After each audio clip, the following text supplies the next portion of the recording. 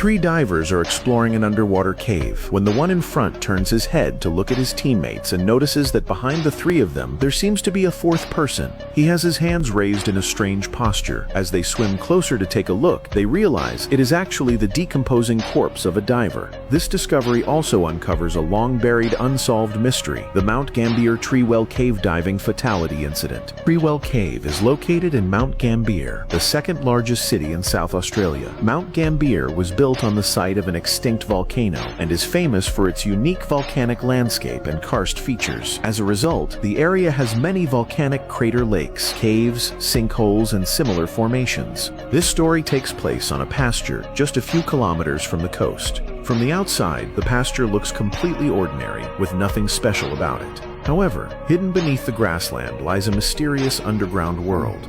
In 1938, the landowner Ashby was grazing horses there as usual when one of the horses suddenly tripped over something in the grass and fell. Ashby hurried over to check and discovered a hole in the ground that he had never noticed before. The opening was about 30 centimeters wide. Looking down revealed pitch-black darkness, and it was partially concealed by the surrounding grass, making it barely noticeable. To prevent anyone from falling in later, the farmer brought many football-sized stones and began throwing them in to fill the hole. But after tossing dozens of stones, he still couldn't see any sign of them hitting bottom. He kept throwing hundreds, then thousands, until he finally gave up. The hole seemed bottomless. The news spread quickly. In the 1960s, a diver became the first to descend into the cave using a ladder. After dropping about 7 meters from the surface, he reached the water level. It was confirmed that this was a limestone sinkhole formed over thousands of years by groundwater dissolving the rock. A few meters below the surface, a huge cavity had formed. When he reached the water, the chamber's diameter was already 17 meters wide. At midday, sunlight would shine straight through the opening, casting a bright beam of light that illuminated the entire chamber, a truly spectacular sight. Because of this, the underwater cave was named Treewell.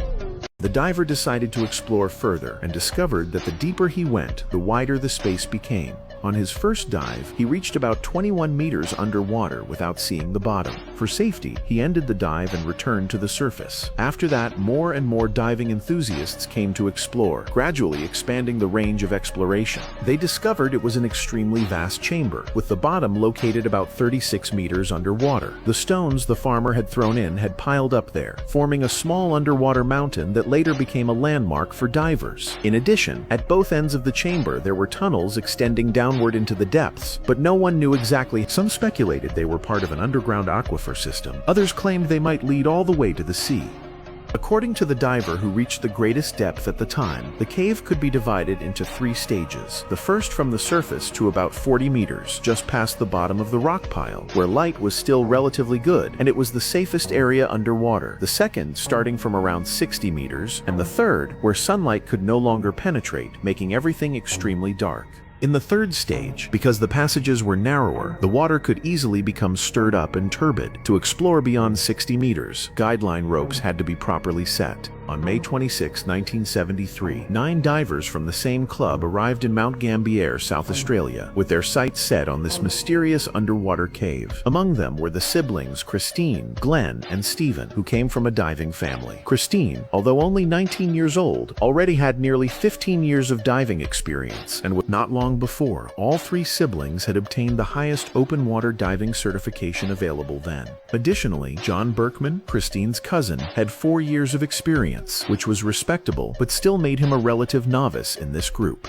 Although all the team members had extensive diving experience, it had been gained in open water. Only the team leader, Robert, had dived in this sinkhole 8 times before. According to the plan Robert had prepared, everyone would limit their maximum depth to 60 meters, meaning they would only explore the main chamber and not enter the side tunnels. On May 27, 1973, the 9 team members registered at the farmhouse and began a 2-day diving trip. They set up a tripod and rope ladder, entered the water one by one, and started their first practice descent. They followed the guideline rope successfully down to the top of the rock pile at 36 meters, then continued along the side of the rubble pile to the bottom of the main chamber for exploration. At this point, the depth already exceeded 50 meters, a depth at which divers were very likely already experiencing nitrogen narcosis. In that era, mixed mixed gases were not yet common. Recreational diving still used ordinary air tanks. Once past 30 meters, under high pressure, the nitrogen dissolves into the body, potentially causing a state similar to drunkenness, excessive excitement, impaired judgment, slowed reactions, and so on.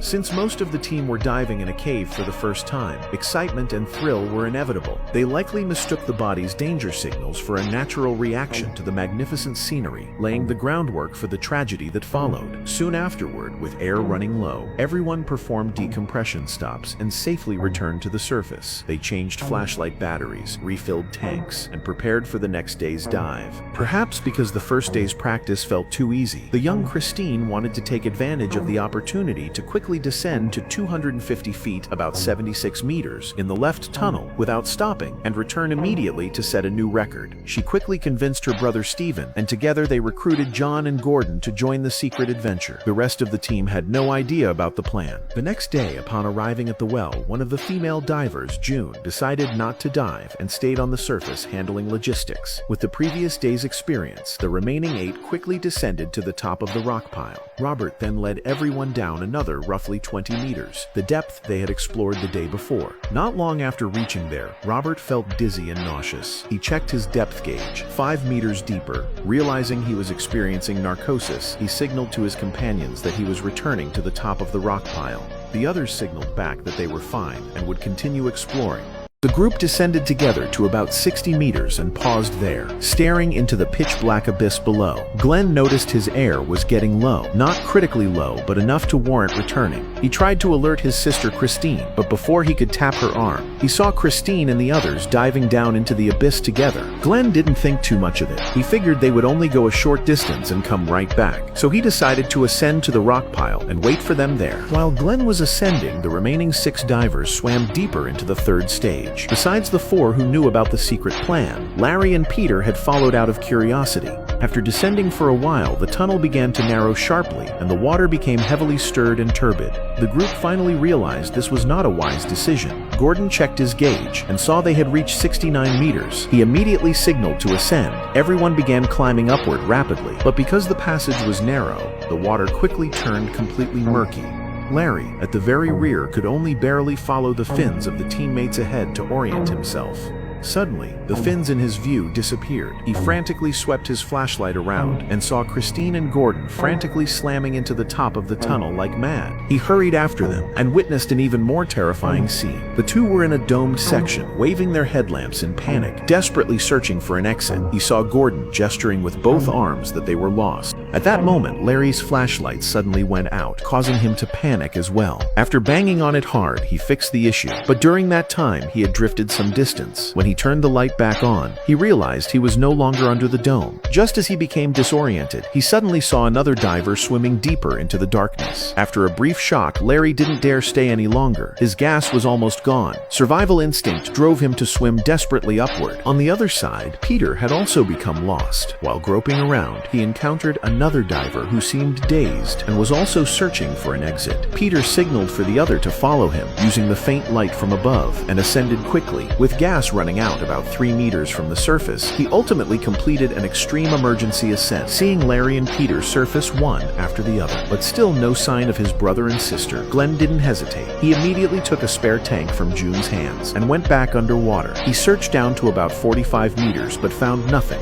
When Glenn surfaced, team leader Robert then dove in again. He quickly followed the left tunnel to around 60 meters and found only Stephen's flashlight and camera on a rocky ledge. The silt at the bottom had been stirred into thick murk, and everything below was pitch black. With no choice, Robert abandoned the search after 10 minutes and ascended. By then, everyone knew the 4 were not coming back. The mission had shifted from rescue to body recovery. June had already called the police, and an ambulance had arrived. But at that time, the police lacked cave rescue capabilities. After 2 failed recovery attempts, they gave up. 8 months later, a documentary film crew arrived to shoot a film about cave diving. With the landowner's permission, a cameraman descended to about 15 meters underwater, accompanied by 2 others. They used 2 powerful 24-10-44 1400-watt filming lights for illumination, turning the dim cave as bright as daylight. As the lead cameraman turned to film behind him, he discovered another unfamiliar diver approaching. After getting closer and examining carefully, the 3 realized it was a body wearing a dive suit.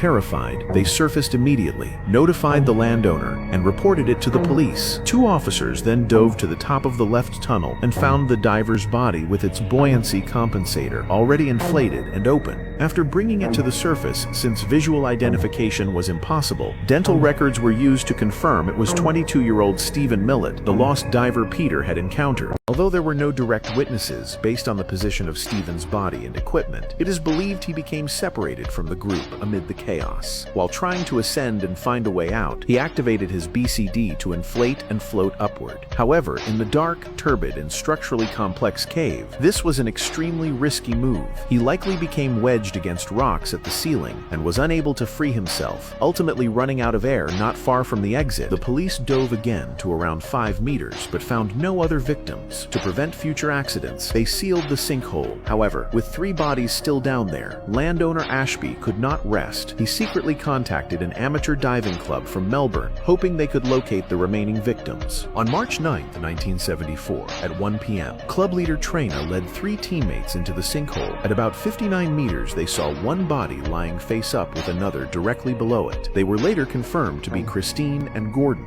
As mentioned earlier, at that depth narcosis was inevitable. With impaired judgment, the 2 had mistaken a recess in the tunnel ceiling for an exit. In reality, it was merely a dome that created a reflective effect. According to the accident investigation report, the 2 appeared to be tightly embracing each other, as if offering mutual comfort in their final moments. Continuing deeper, Traina found another body about 6 meters further down. She grabbed the breathing hose connected to the vest and tried to pull it up, but failed. Even with double tanks, Traina could only stay underwater for about 15 minutes, and by then she was already feeling significant narcosis. Not daring to linger, she returned to the surface. After nearly a year of rest, training, and recovery, Traina dove back to the same spot and finally managed to recover the body. It was confirmed to be John Berkman, the diver Larry had seen swimming toward the abyss. Clearly, John had been in a severe state of narcosis at the time. Subsequent forensic examination revealed diatoms in the victim's lungs, confirming that all 4 died by drowning. In the very year of the tragedy, 19-year-old Christine had appeared on the cover of an Australian diving magazine, beaming with a brilliant smile and full of confidence. The stark contrast between that image and her ultimate fate serves as the most deafening warning of all. This accident directly led to the founding of the Australian Cave Diving Association.